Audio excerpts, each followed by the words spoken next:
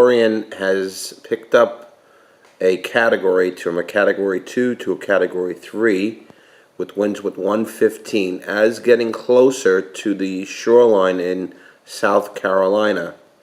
Those islands out there, that's around 65 miles out there right now instead of 125 miles. So she's moved closer to the shoreline, which will cause much more damage towards South Carolina and those islands that they have all in South Carolina.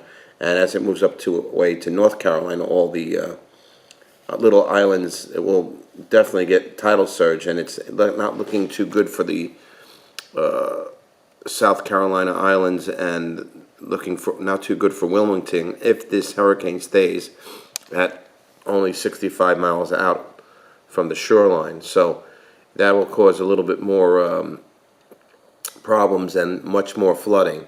So it's moved with the turn from Florida past Georgia, that little turn there.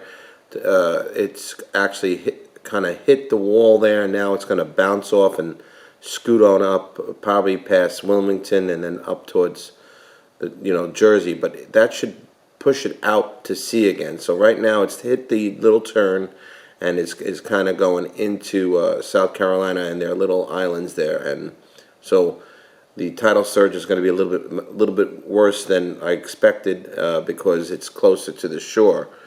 It would have been nicer if it would have stayed away from the shore, but it's moving closer to the shore and it's picked up speed to 115 miles an hour.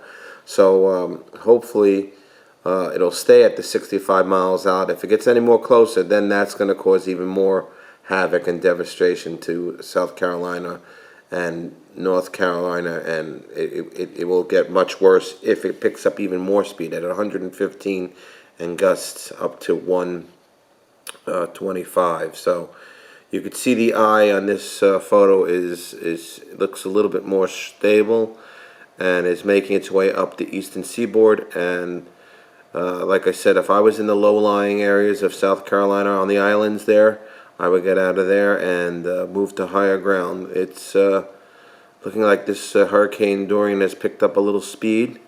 And be safe, God bless, and I'll get back to you in another